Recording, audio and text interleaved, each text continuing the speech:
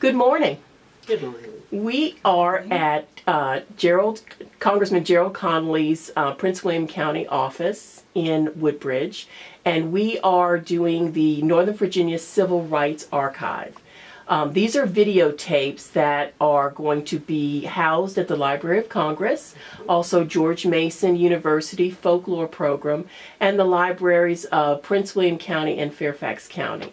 And the reason why Congressman Connolly initiated this project is to collect videotapes from persons who grew up in Prince William, who grew up in Fairfax County, or who came here during the time of civil rights, segregation, and to really get a feel for what it was like during that time period. And it's going to be housed in these areas so future scholars, historians, or people who are just interested in history in this time period can reflect and look back on your testimonies and other testimonies to really get a picture of what it was like. Because you two experienced it. So that's so exciting that we're going to get you two on videotape so we can get your collective memories and experience, hopefully, what you experience and understand it a little better. So we are here today with two beautiful ladies. We have Mother Harris and Mother Webster, and they are both from Ebenezer Baptist Church in Occoquan, Virginia. So ladies, I want to thank you on behalf of Congressman Connolly for being a part of this great project. You're quite welcome. So you want to get started? Yeah, let's go. All right, let's go. Mother Harris, can you start by giving us your full name, where you're currently living, and your year of birth? My name is Marguerite B. Harris. My birthday is July the 7th, 1928, and I currently live in Alexandria, Virginia. And Mother Webster, could you give us your full name, Yes. date of birth, and where you're living? My name is Joyce Webster. Oh, I forgot the M. I live in Fredericksburg, and I was born September the 19th, 1939. Okay, great. So now you two ladies are first cousins. Yes. Correct? And how's that relationship? It's mother was... My mother and her brother were brothers and sisters. Okay, okay. So did you two grow up together? Not really. Not really. Because she was always considered the old one. I was the older Because one. we were young then, but I've caught up with her. Oh, yes. Well, let's start with Mother Harris. Tell us a little bit about your childhood, because evidently you were living through segregation. So let's talk about childhood and coming to Quantico. Occoquan. Yes. I grew up in Washington, D.C., and my grandmother would always was receptive to the grandchildren coming.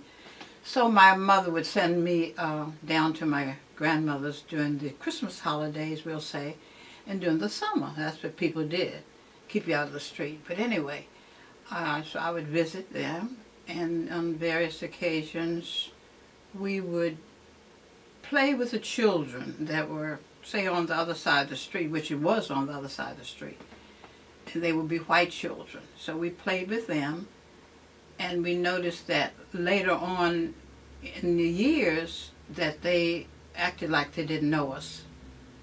And we would wonder, and then we sort of got the idea, well, once you grew up, you no longer were associated with us. The experience that I would have would be that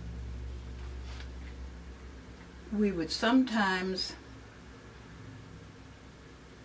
get our feelings hurt with some of the remarks that they were made, but yet we still cared about them probably a lot more than they cared about us. But I had an experience growing up down there with my grandmother. One of my friends who later became my friend, she's older, but nevertheless, she always worked for this white family, and they were the Larrys. And she was going to be off, so she asked me, I was like 14, I guess, could I just pinch hit for her when she was going to be off? So I said yes. And so I went to work. I knew Ms. Larry because my grandfather was friends with him, because in Occoquan, when you work with the people, they were more friendly with you, So anyway, I went to work. And I was upstairs cleaning after I'd cleaned downstairs, and I was upstairs in the bathroom. And I can remember just distinctly I was just cleaning up the tub, and I heard this voice say, "Marguerite." And I said, "Yes." She said, "Marguerite." I said, "Yes." "Marguerite." I said, yes. Then the third time, I said, I better go see what you want. So she said, I called you. I said, and I answered. She said, is that what you're learning in the schools in Washington, D.C.? Because if that's what you learn, you need to stay here with me. And it didn't dawn upon me right away. Then I realized that I hadn't said what my grandmother had taught me to say to elder people was yes, ma'am. But going to school in D.C., we were taught to just say yes. To the teacher, you said yes, Miss Brooke or Miss Bruce or Miss McDuffie or whatever that was. And so I realized then that I wasn't that. But she didn't treat me any different, but she made that remark. And I went back to my school. When I went back, I mentioned it to the teacher. She said, well, you answered her correctly. So that was one of my experiences. Do you think she did that to kind of keep you in your place? Oh, it was. It was. I knew exactly what it was. I was not addressing her properly. Because I she was not white. saying yes, ma'am. Mm-hmm. And you said yes, ma'am to the white people. So that was one of my experiences at there. And then I remember growing up that my Uncle Harris had a store on the corner. And this lady would come, this white lady from around the street would come. Her name was Miss Slack. And she'd come around to the store. And she always liked chocolate ice cream. So she says to him, in presence of not me, but many other times, because she did it all the time, she would say, Ogle, I want a cone. I want a cone. I want an ice cream cone, Ogle. And he said, yes. He said, I don't want your kind, Ogle. I want my kind. And so you knew exactly what that meant. She wanted, I think I got that backwards. She liked chocolate ice cream. She wanted his kind. She didn't want her kind. She didn't want vanilla. She wanted, but that was, to me, was very inappropriate. And she didn't just say it one time, but you didn't answer back. And he didn't answer back. He just laughed at her. He laughed at what she was saying. So that was an experience that I had in growing up, going to visit my grandparents. And then another experience I think I mentioned, my grandmother and my grandfather, we would go to visit my Uncle Herbert, who lived in Quantico at a Marine base. So this particular time we went down there to visit. And I don't remember my grandfather doing this before, but anyway, when we got through eating, my grandfather said, Sal, I said, yes, come go with me, he says. We're going to walk around the street and we're going to get me some cream. And I said, okay. And so I went on with Pop. And so when we got around the street, I can see that place, that restaurant now, had like a little counter type thing that you could order over the counter like thing. So my grandfather went up to him and he said, he asked him, what do you want? My grandfather said, well, I'd like to get some cream. I'd like to have a pint of cream, ice cream. And the man looked at my grandfather and he said, you can get it if you come around the back. So my grandfather looked up at him and he said, I, God, and Joyce might remember him saying that was his word. He'd say, I, God, he said, if I got to go around the back to get it, I don't want it. And so we just went on back home. So those were some of the kind of experiences. Then there was another time of experience. My father always came to get me when these periods of time that I would stay. He'd always come to get me, or after Christmas, or after when school would go back. So we would get on, Daddy would get someone to take us down to the train station. I remember it was a gray building with dark, reddish-looking brown trimmed around it. And but I always noticed that when my dad would come and get me, we always had to go back in this little, it wasn't as big as this to me. It was a furnace like, and then and it had buckets with the shovels that you would, do the coal with. And so, but I noticed that on that door, it always said colored. And on the other side, as you would step up as a young girl, you'd see that other side wouldn't even be filled.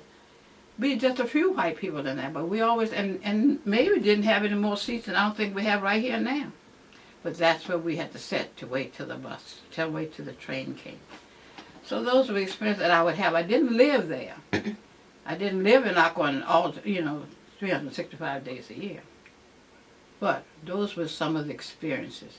And you'll say, well, my friends would say sometime when I would go back home, why do you want to go down there? Well, D.C. wasn't that great, but yet it was a lot better, because in our area where I grew up, we sort of lived on the street, 11th Street was sort of, we say like the Teachers Row, which were the black teachers. And lo and behold, they said, why you want to go down there?